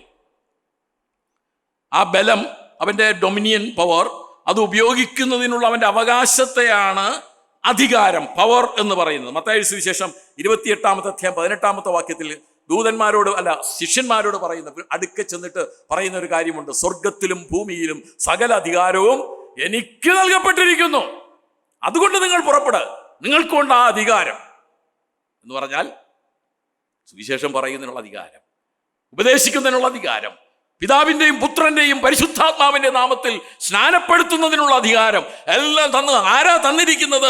സ്വർഗത്തിലും ഭൂമിയിലും സകല അധികാരവും പ്രാപിച്ചവൻ, ലഭിച്ചവനാണ്. അവൻ്റെ മേലെ വേറെ ഒരു അധികാരവും ഇല്ല. എഫേസ്യർ 1:19 മുതൽ 23 വരെ പൗലൂസിൻ്റെ പ്രാർത്ഥനയാണ്. വായിക്കേണ്ട സമയം നമുക്കില്ല. പൗലൂസിൻ്റെ പ്രാർത്ഥനയാണ്. പറയുക, വിശുദ്ധന്മാരിൽ അവൻ്റെ മഹിമാധനം ഇന്നതെന്നും അവൻ്റെ, ശ്രദ്ധിച്ചു കേൾക്കണേ, അവൻ്റെ ബലത്തിൻ വല്ലഭത്വത്തിൻ്റെ വ്യാപാരത്താൽ വിശ്വസിക്കുന്ന നമുക്ക് വേണ്ടി വ്യാപരിക്കുന്ന അവൻ്റെ ശക്തിയുടെ അളവറ്റ വലിപ്പം ഇന്നതെന്ന് നിങ്ങൾ അറിയേണ്ടതിനും പ്രാർത്ഥിക്കുന്നു. നല്ല അറിവും കിട്ടുണ്ടോ ഇതിനെക്കുറിച്ച്? അവൻ്റെ ബലത്തിൻ വല്ലഭത്വത്തിൻ്റെ വ്യാപാരത്താൽ വിശ്വസിക്കുന്ന നമുക്ക് വേണ്ടി വ്യാപരിക്കുന്ന അവൻ്റെ ശക്തിയുടെ അളവറ്റ വലിപ്പം, അതാണ് ഡൊമിനിയൻ പവർ, അധികാരം എന്ന് പറയുന്നത്, പവർ എന്ന് പറയുന്നത്. അവിടെ തീർന്നില്ല കേട്ടാ. അങ്ങനെ അവൻ ക്രിസ്തുവിലും വ്യാപരിച്ച് അവനെ മരിച്ചവരുടെ ഇടയിൽ നിന്ന് ഉയർത്തെഴുന്നേൽപ്പിക്കുകയും സ്വർഗത്തിൽ തൻ്റെ വലത്ത് ഭാഗത്ത് ഇരുത്തുകയും ചെയ്തതിന്. എന്നിട്ട് പറയുന്നു, എല്ലാ വാഴ്ചയ്ക്കും അധികാരത്തിനും ശക്തിക്കും കർത്തൃത്വത്തിനും ഈ ലോകത്തിൽ മാത്രമല്ല വരുവാനുള്ളതിനും വിളിക്കപ്പെടുന്ന സകല നാമത്തിനും അത്യന്തം മീതെ ഉയർത്തുകയും സർവവും അവൻ്റെ കാൽ കീഴാക്കി വെച്ച് അവനെ സർവത്തിനും മീതെ തലയാക്കി. ഇതൊക്കെ എങ്ങനെ പറയണമെന്ന് എനിക്കറിയുന്നില്ല. ഇതാ ദൈവത്തിൻ്റെ ആധിപത്യം, അവൻ്റെ പവർ. എല്ലാറ്റിനും മീതെ, അവയെല്ലാം അവൻ്റെ കാൽ കീഴ. എല്ലാറ്റിലും എല്ലാം നിറയ്ക്കുന്നവൻ്റെ നിറവായിരിക്കുന്ന സഭയ്ക്ക് കൊടുക്കുകയും ചെയ്തിരിക്കുന്നു. എത്ര ഭാഗ്യമാണ് നമ്മൾ!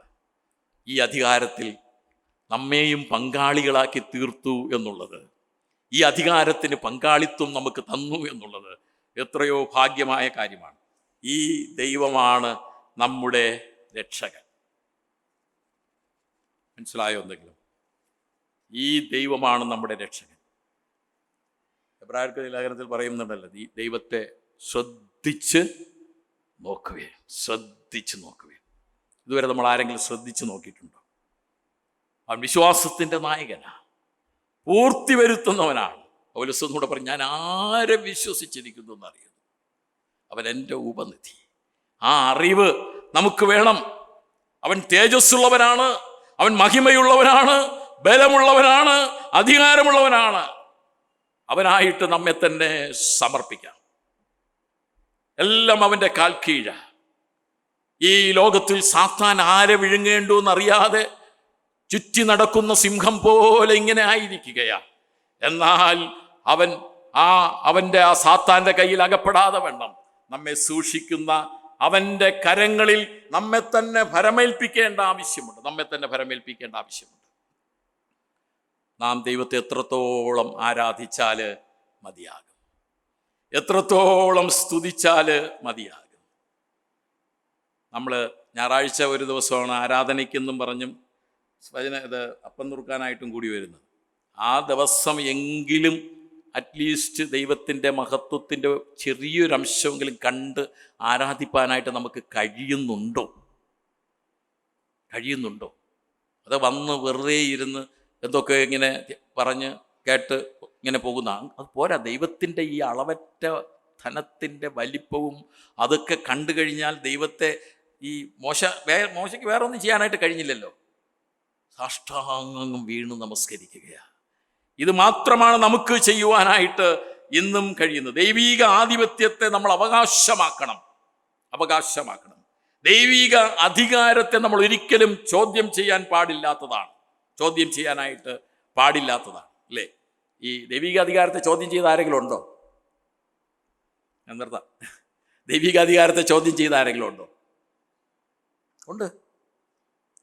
പിശാച് ചോദ്യം ചെയ്തെന്ന് പറഞ്ഞാൽ അവനെ എല്ലാം തരാന്നൊക്കെ പറഞ്ഞില്ലേ കൊണ്ടുപോയി. ഈ ഭൂമിയിലായിരുന്നപ്പോൾ മത്തായി സുവിശേഷം 21-ാമത്തെ അധ്യായത്തിൽ ഈ ഭൂമിയിലായിരുന്നപ്പോൾ മഹാപുരോഹിതന്മാരും ജനത്തിൻ്റെ മൂപ്പന്മാരും ദൈവത്തിൻ്റെ അടുക്കൽ കർത്താവായ യേശുക്രിസ്തുവിൻ്റെ അടുക്കൽ വന്നിട്ട് ചോദിച്ച ഒരു ചോദ്യം കൊണ്ട്, നീ എന്ത് അധികാരം കൊണ്ട് ഇതൊക്കെയും ചെയ്യുന്നു? ഒരു ചോദ്യം കൂടെ ചോദിച്ചു, ഈ അധികാരം നിനക്ക് തന്നത് ആര്? അവൻ പാപങ്ങളെ മോചിക്കുന്നു. പാപങ്ങളൊക്കെ മോചിച്ചു കൊടുക്കുക, ദൈവാലയമൊക്കെ വിശുദ്ധീകരിക്കുക, അവിടെ കിടന്ന കച്ചവടക്കാരെ പുറത്താക്കുകയാ, അത്ഭുതങ്ങൾ ചെയ്യുകയാ, അതിശയങ്ങൾ ചെയ്യുകയാ. ഇതൊക്കെ കണ്ടിട്ട് അവർക്ക് സഹിക്കാൻ വയ്യ. അവൻ്റെ ഈ അധികാരത്തെ അവർക്കങ്ങോട്ട് ആ അധികാരത്തിൻ്റെ കീഴിലങ്ങോട്ട് ആകാൻ വയ്യ, അതിനെ അംഗീകരിക്കാൻ വയ്യ. അതുകൊണ്ട് ചോദിക്കുക, നീ എന്ത് അധികാരം കൊണ്ട് നീ ഇതൊക്കെ ചെയ്യുന്നു? ആരാ നിനക്ക് ഈ അധികാരമൊക്കെ തന്നത്? ഇതിൻ്റെ ഉദ്ദേശം എന്തായിരുന്നു? അവനെ സമൂഹത്തിൽ നിന്നും ജാതിയിൽ നിന്നും അവരുടെ സമുദായത്തിൽ നിന്നും അവനെ പുറത്താക്കുക, അവനെ തള്ളിക്കളയുക, ജനത്തിൻ്റെ ഇടയിൽ നിന്ന് അവനെ തള്ളിക്കളയുക എന്നുള്ളതായിരുന്നു. എന്നാൽ ആ മഹാപുരോഹിതന്മാർക്കും ജനത്തിൻ്റെ മൂപ്പന്മാർക്കും അല്ല, ഈ ലോകത്തിലെ ആർക്കും അവൻ്റെ അധികാരത്തെ ചോദ്യം ചെയ്യുവാനായിട്ട് കഴിയുകയില്ല. കർത്താവ് പറഞ്ഞു, ഞാനും നിങ്ങളോടൊരു വാക്ക് ചോദിക്കാം. അധികാരത്തെ ചോദ്യം ചെയ്യാൻ വന്നവരോട് കർത്താവ് പറയണേ, ഞാനും ഒരു വാക്ക് ചോദിക്കാം. യോഹന്നാന്റെ സ്നാനം ഉണ്ടല്ലോ, ഇന്നതാ ഇവിടെ എല്ലാം നടന്നുകൊണ്ടിരിക്കുക. കർത്താവ് ആ സമയത്ത് ആ സ്നാനം സ്വർഗത്തിൽ നിന്നോ ഭൂമിയിൽ നിന്നോ?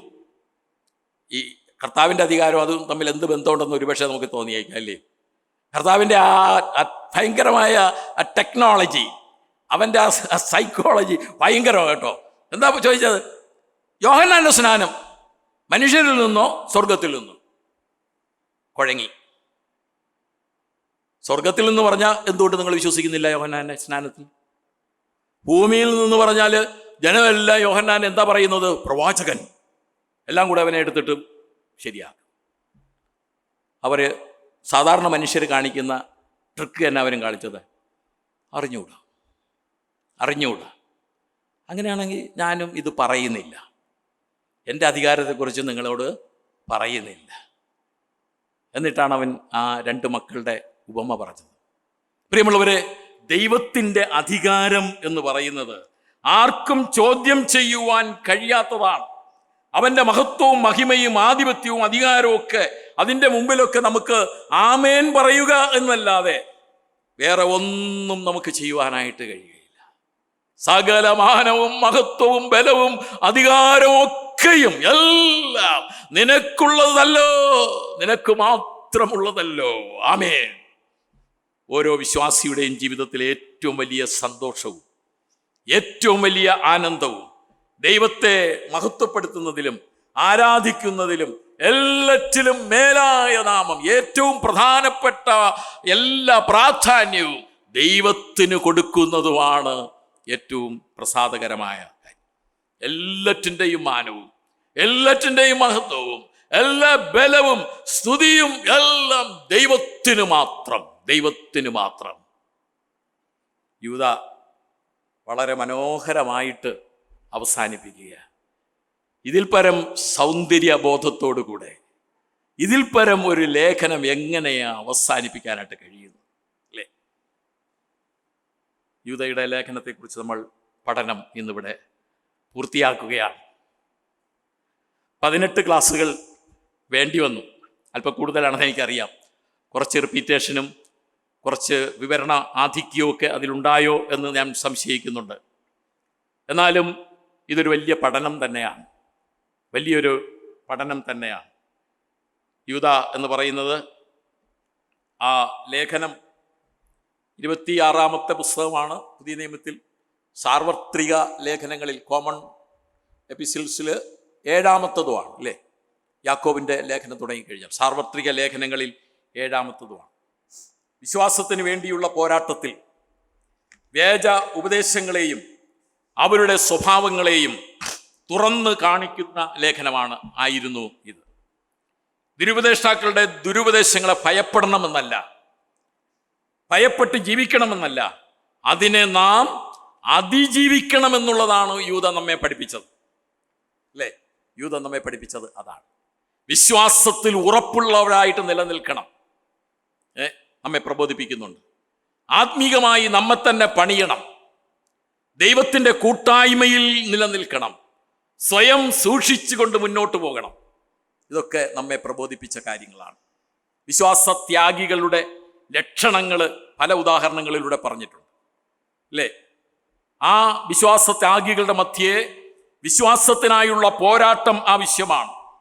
യേശുക്രിസ്തുവിൻ്റെ കർത്തൃത്വത്തെ നിഷേധിക്കുന്നവർക്ക് ശരിയായ താക്കീത് ഇതിലൂടെ നൽകുന്നുണ്ട്. കർത്തൃത്വത്തെ തുച്ഛീകരിച്ചാലുള്ള ഭവിഷ്യത്തുകൾ എന്തൊക്കെയാണെന്ന് ഇതിലൂടെ വിവരിക്കുന്നുണ്ട്. മാത്രമല്ല, സ്വന്തം മോഹങ്ങൾക്ക് അനുസരിച്ച് നടക്കുന്നവർക്കുള്ള മുന്നറിയിപ്പുകൾ ഇതിലുണ്ട്. സ്വന്തം മോഹങ്ങൾക്കനുസരിച്ച് നടക്കുന്നവർക്കുള്ള മുന്നറിയിപ്പ്, സ്വന്തം കാര്യസാധ്യത്തിന് വേണ്ടി മാത്രം ജീവിക്കുന്നവരോടുള്ള താക്കീത് ഇതിലുണ്ട്. തങ്ങളെ തന്നെ തീറ്റുന്നവർക്കുള്ള താക്കീത് ഇതിലുണ്ട്. ഭിന്നതയുണ്ടാക്കുന്നവർക്കുള്ള മുന്നറിയിപ്പ് ഇതിലുണ്ട്. ആവലാതിയും വമ്പും മുഖസ്തുതിയും പ്രയോഗിക്കുന്നവർക്കുള്ള ഉപദേശം ഇതിലുണ്ട്.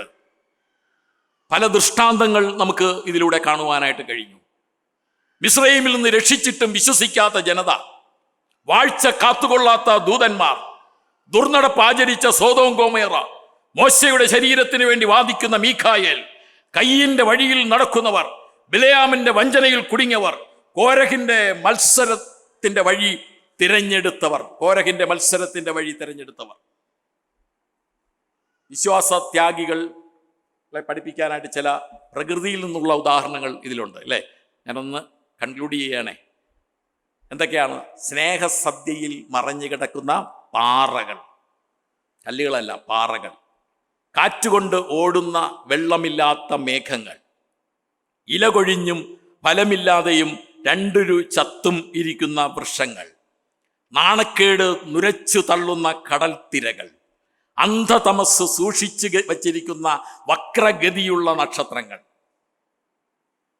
ദൈവജനത്തിൻ്റെ ഇടയിൽ കാണപ്പെടുന്ന ദുഷിച്ച പ്രവണതകളെ ചൂണ്ടിക്കാണിക്കുന്നതോടൊപ്പം അത് തിരുത്തുവാനായിട്ട് നമ്മോട് ആവശ്യപ്പെടുകയാണ്. കർത്താവിൻ്റെ പുനരാഗമനത്തെക്കുറിച്ച് വളരെ പ്രത്യാശയോടുകൂടെ ജീവിക്കണമെന്ന് നമ്മെ പ്രബോധിപ്പിക്കുന്നുണ്ട്. ദീർഘക്ഷമയോടുകൂടെ ദൈവത്തിൻ്റെ കരുണയ്ക്കായിട്ട് കാത്തിരിക്കണം. നാം ആത്മീക വർധന പ്രാപിക്കണം. ദൈവസ്നേഹത്തിൽ നമ്മെ തന്നെ സൂക്ഷിക്കണം. മറ്റുള്ളവരോട് കരുണ കാണിക്കണം.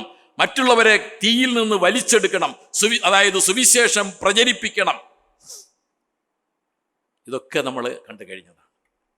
പ്രിയമുള്ളവരെ, ദൈവത്തിൻ്റെ ശാസ്ത്രവും നമ്മൾ ഇതിലൂടെ പഠിച്ചു. അളവറ്റ ശക്തിയുള്ള ദൈവം, ഏകരക്ഷിതാവായ ദൈവം, അനാദിയും ശാശ്വതവാനുമായ ദൈവം, മഹത്വസമ്പൂർണനായ ദൈവം, സകല ബഹുമാനവും അണിഞ്ഞ ദൈവം, സകല നാമത്തിന്മേലും ആധിപത്യമുള്ള, സകല നാമത്തിനും മേലായ നാമം, സകല അധികാരവും ഉള്ള നാമം. ഈ ദൈവത്തിൻ്റെ മുമ്പിൽ നമുക്ക് കുമ്പിടാം. ഈ ദൈവത്തിൻ്റെ മുമ്പിൽ നമുക്ക് സാഷ്ടാംഗ പ്രണാമം ചെയ്യാം. ഒന്നുകൂടെ നമ്മെ തന്നെ ദൈവത്തിനായിട്ട് സമർപ്പിക്കാം. അവനെ നമുക്ക് കൂടുതലായിട്ട് ആരാധിപ്പാൻ തക്കവണ്ണം ഇടയാകട്ടെ. ഈ മാധ്യമത്തിലൂടെ ധാരാളം പേർ ഈ ക്ലാസ്സുകൾ കേൾക്കുകയും വിളിച്ച് ഇതിൻ്റെ ബാക്കി എന്ന് ഇത് പുസ്തകമായിട്ട് ഇറക്കുന്നുണ്ടോ എന്നൊക്കെ പലരും ചോദിക്കുന്നുണ്ട്. ഇങ്ങനെയൊക്കെ എന്നെ പ്രോത്സാഹിപ്പിച്ച എല്ലാവരോടുള്ള നന്ദി അറിയിക്കുന്നതോടൊപ്പം ദൈവത്തിൻ്റെ സകല അത്യുന്നതമായ നാമം വാഴ്ത്തപ്പെടുമാറാകട്ടെ, അനുഗ്രഹിക്കപ്പെടുമാറാകട്ടെ എന്ന് പ്രാർത്ഥിച്ചുകൊണ്ട് എൻ്റെ വാക്കുകളിൽ നിന്നും വിരമിക്കുന്നു. ദൈവത്തിൻ്റെ അതിവിശുദ്ധ നാമം ഇന്ന് വന്നേക്കും വാഴ്ത്തപ്പെടുമാറാകട്ടെ.